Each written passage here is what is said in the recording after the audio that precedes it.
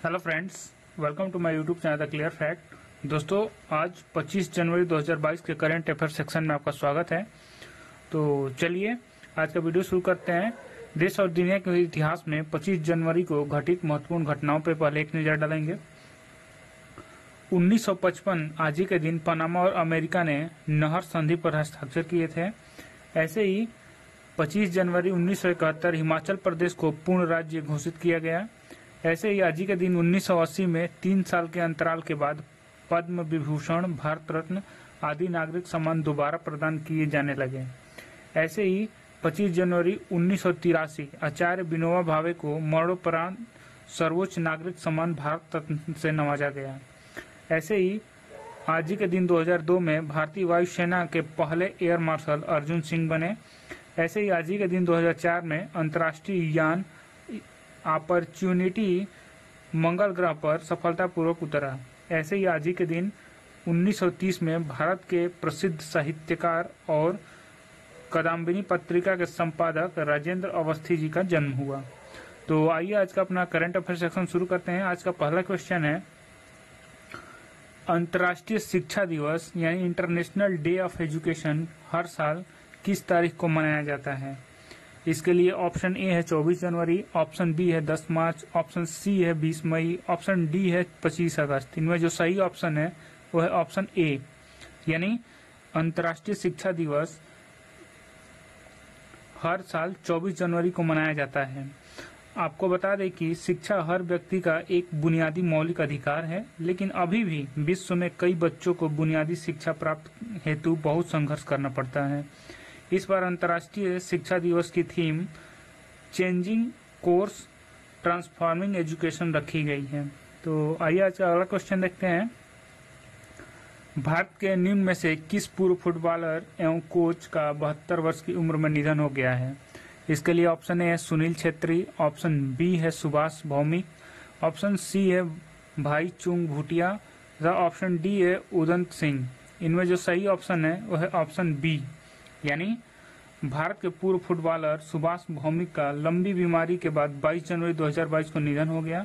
वे 72 साल के थे। पूर्व भारतीय मिडफील्डर सुभाष भौमिक साल 1970 में एशियाई खेलों में कांस्य पदक जीतने वाले टीम के सदस्य थे। कोलकाता मैदान का उन्हें जोस मारिनो कहा जाता था। उन्होंने 19 साल की उम्र में राजस्थान क्लब से अपने करियर की शुरुआत की थी। तो आइए अगला क्वेश्चन देखते हैं। भारत में हर साल 24 जनवरी को निम्न में से कौन सा दिवस मनाया जाता है? इसके लिए ऑप्शन है राष्ट्रीय सुरक्षा दिवस, ऑप्शन बी है राष्ट्रीय शिक्षा दिवस, ऑप्शन सी है राष्ट्रीय बालिका दिवस तथा ऑप्शन डी है राष्ट्रीय उपभोक्ता दिवस। इनमें जो सही ऑप्शन है वो है ऑप्शन सी, यानी प्रत्येक साल राष्ट्रीय बालिका दिवस नेशनल गर्ल्स चाइल्ड डे 24 जनवरी को देश भर में मनाया जाता है। इस दिवस का मुख्य उद्देश्य देश की लड़कियों को हर लिहाज से अधिक सहायता और सुविधाएं प्रदान करना है। इसके अलावा राष्ट्रीय बालिका दिवस का एक अन्य मुख्य उद्देश्य लड़कियों को साथ होने वाले भेदभाव को मुख्य उद्देश्य लेकर भागों को जागरूक करना है। पहली बार 24 जनवरी 2009 को देश में राष्ट्रीय बालिका दिवस मनाया गया था। आइए अगला क्वेश्चन देखते हैं। केंद्र सरकार ने इंडिया गेट से अमर जवान ज्योति को स्थानांतरित करके वहां निम्न में से किसकी प्रतिमा स्थापित की जाएगी? इसके लिए ऑप्शन ए है चंद्रशेखर आजाद, ऑप्शन बी है भगत सिंह, ऑप्शन सी है उधम सिंह, तो ऑप्शन डी है सुभाष चंद्र बोस।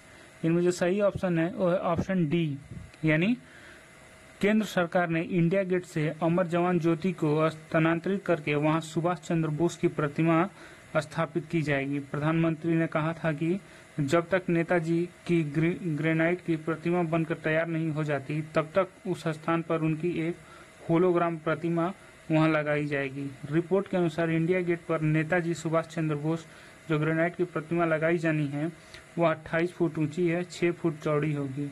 इसे इंडिया गेट पर उसी स्थान पर लगाया जाएगा जहां कभी ब्रिटिश राजा जॉर्ज पंचम की प्रतिमा थी। आइए अगला क्वेश्चन देखते हैं। इंग्लैंड के किस पूर्व बल्लेबाज ने तत्काल प्रभाव से काउंटी टीम के हेड कोच का पद छोड़ दिया है? इसके लिए ऑप्शन ए है विक्रम सोलंकी, ऑप्शन बी है पॉल न्यूमैन, ऑप्शन सी है डेविड लायर्ड, ऑप्शन डी है जॉन एंड्रिच। इनमें जो सही ऑप्शन है वो है ऑप्शन ए, यानी इंग्लैंड के पूर्व बल्लेबाज विक्रम सोलंकी ने तत्काल प्रभाव से काउंटी टीम की हेड कोच का पद छोड़ दिया है। बताया जा रहा है कि Vikram Solanki Indian premier league में नई फ्रेंचाइजी अहमदाबाद के साथ जुड़ सकते हैं। सोलंकी पहली बार साल 2013 में सरे में एक खिलाड़ी के रूप में शामिल हुए और सभी फॉर्मेट में 2400 रन बनाए।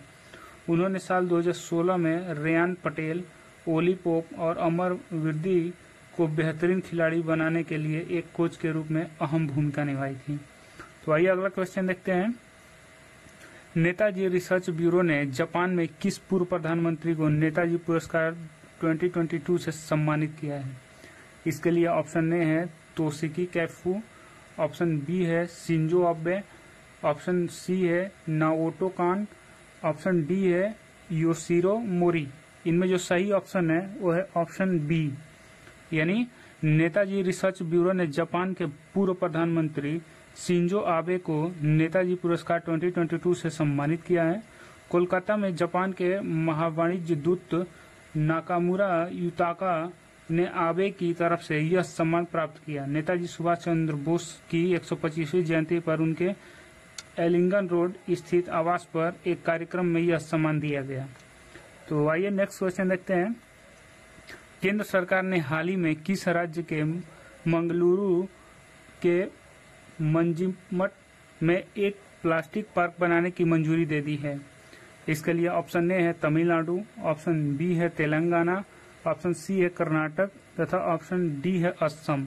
इनमें जो सही ऑप्शन है वो है ऑप्शन सी, यानी केंद्र सरकार ने हाल ही में कर्नाटक के मंगलुरु के मंजिमट में एक प्लास्टिक पार्क बनाने की मंजूरी दी है। यह पार्क 62.77 करोड़ रुपए को बनाया जाएगा। इसे कर्नाटक औद्योगिकी क्षेत्र विकास बोर्ड की भूमि में बनाया जाना है। यह पार्क स्थानीय युवाओं के लिए सैकड़ों रोजगार पैदा करेगा। इस पार्क में पॉली प्रोपिलीन यूनिट लगाई जाएगी। यह इकाई पार्क के अंदर पॉलीमर और प्लास्टिक इकाइयों को कच्चा माल उपलब्ध कराई जाएगी। तो आइए अगला क्वेश्चन देखते हैं। पाकिस्तान के किस विकेटकीपर बल्लेबाज को आईसीसी पुरुष T20 player of the year चुना गया है? इसके लिए ऑप्शन ए है शाहिद अफरीदी, ऑप्शन बी है मोहम्मद हफीज, ऑप्शन सी है हसन अली, ऑप्शन डी है मोहम्मद रिजवान। इनमें जो सही ऑप्शन है वो है ऑप्शन डी, यानी आईसीसी ने पाकिस्तान के सलामी बल्लेबाज मोहम्मद रिजवान को 2021 में उनके शानदार प्रदर्शन के चलते साल का सर्वश्रेष्ठ पुरुष T20 क्रिकेटर चुना है। पिछले साल रिजवान शानदार फॉर्म में दिखाई दिए और उनकी लाजवाब बल्लेबाजी के चलते Pakistan ICC T20 world cup 2021 में सेमीफाइनल में जगह बनाने में कामयाब रही थी। उन्होंने पिछले साल 26 पारियों में 73.66 के औसत से 1326 रन बनाए थे। इस दौरान उन्होंने एक शतक और 12 अर्धशतक लगाए थे। उन्होंने पिछले साल T20 में 22 कैच और 2 स्टंपिंग भी की थी। तो आइए अगला क्वेश्चन देखते हैं।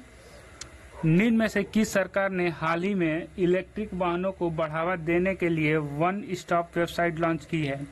इसके लिए ऑप्शन ए है महाराष्ट्र सरकार, ऑप्शन बी है केरल सरकार, ऑप्शन सी है गुजरात सरकार तथा ऑप्शन डी है दिल्ली सरकार। इनमें जो सही ऑप्शन है वो है ऑप्शन डी, यानी दिल्ली सरकार ने हाल ही में इलेक्ट्रिक वाहनों को बढ़ावा देने के लिए one stop website ev.delhi.gov.in launch की है, जो कि निर्माताओं, खरीदारों, चार्जिंग स्टेशन खोजकर्ताओं के लिए खुली है।